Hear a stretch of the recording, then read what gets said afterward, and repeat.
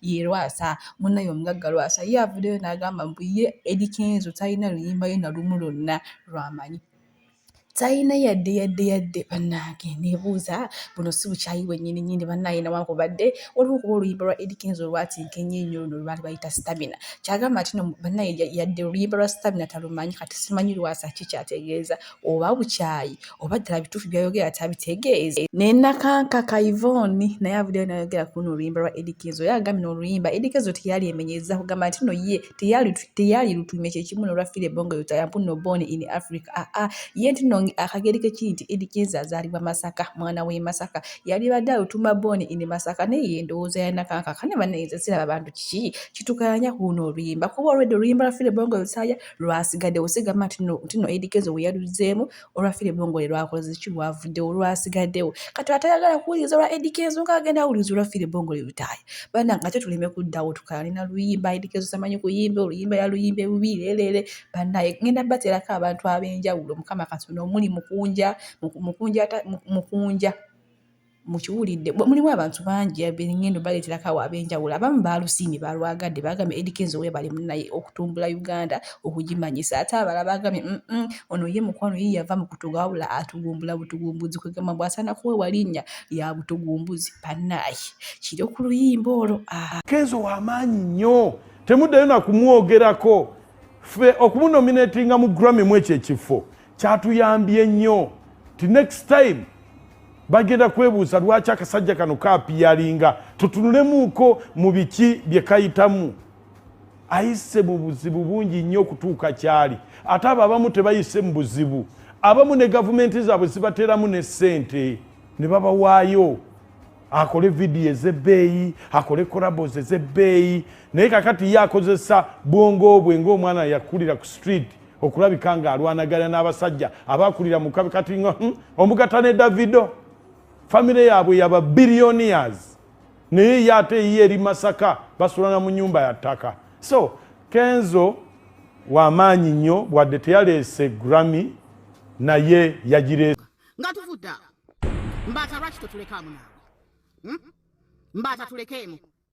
mazima ddala osobola okwekompayaringa ku oyo hero of his lifetime Fire Bongo le Yotaya. Fire Bongo le Yotaya was a hero.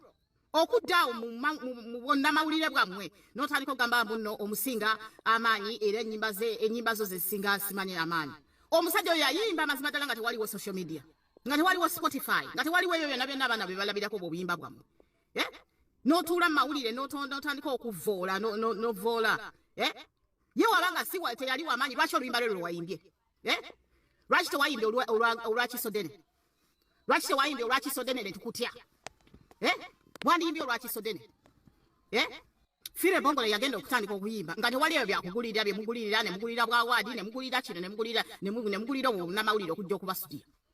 Ebyo byonna byonna tebyaliwo omusajja. He was a pure talent. Ogamba mbuno oluyimba lwe terwali lw'amaanyi because he was only 1M for those years. Let me tell you one thing. Singa Fire Bongo le Yotaya yali ayimbira ku buno obudde, especially whatever pandemic yali agenda mass at that time, there was a lot of HIV going on. While a lot of stigma around those people abalina gundi HIV. Omusajja n'abayirawo omubiri neeyirawo omubiri negwe nebyabasiyazi bebakusibako naye byonna byonna wano wakuba kasuku taddanga ngu bonga tobabeererawo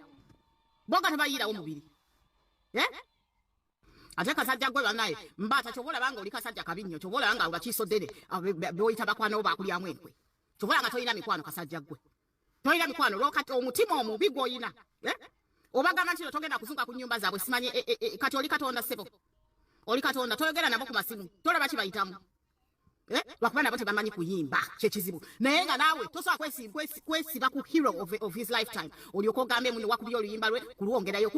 walukubye because he was a famous singer ate yalina talent n'ogenda n'oyonoona oluyimba lwe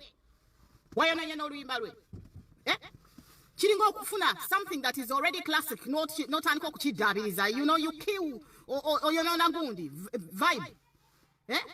oli awo mbu weewaana busimanyi mbu you have millions on your songs.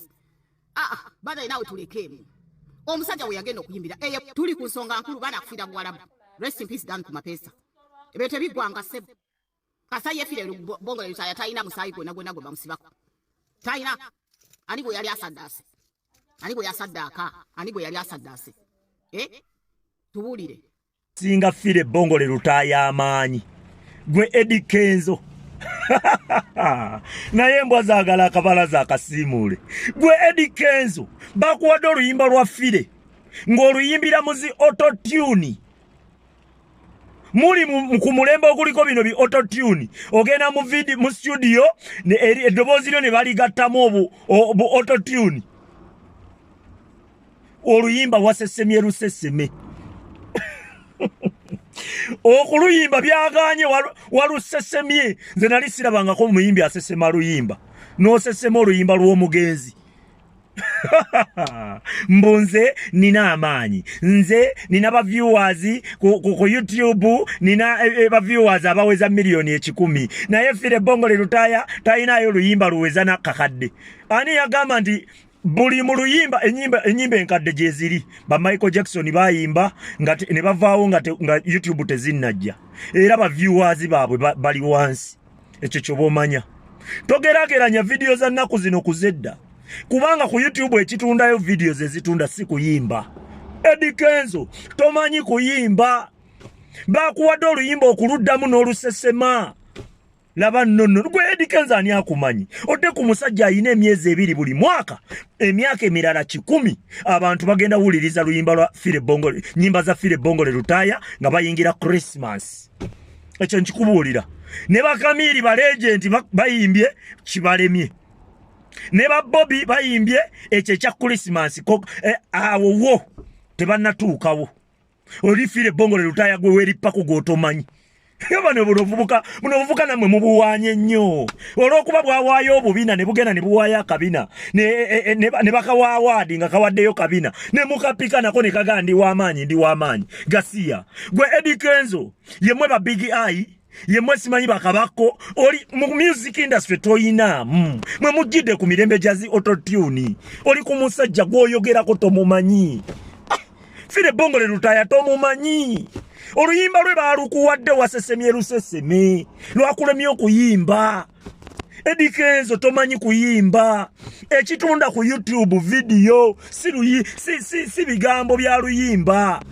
odde ku basajja abayimiriranga ku buzindaalu bwabwe bayimiriranga ku stage zaabwe ne bakola video ne biggwa n'ate oluyimba ne lutunda buli wamu sawa zino gwe mukyayogerako myaka 3 mu yafadda sawa zino era gwe mwogerako mbolokuba bakugamba olikana kambata ko gwe kandowoleze ddala ng'embaata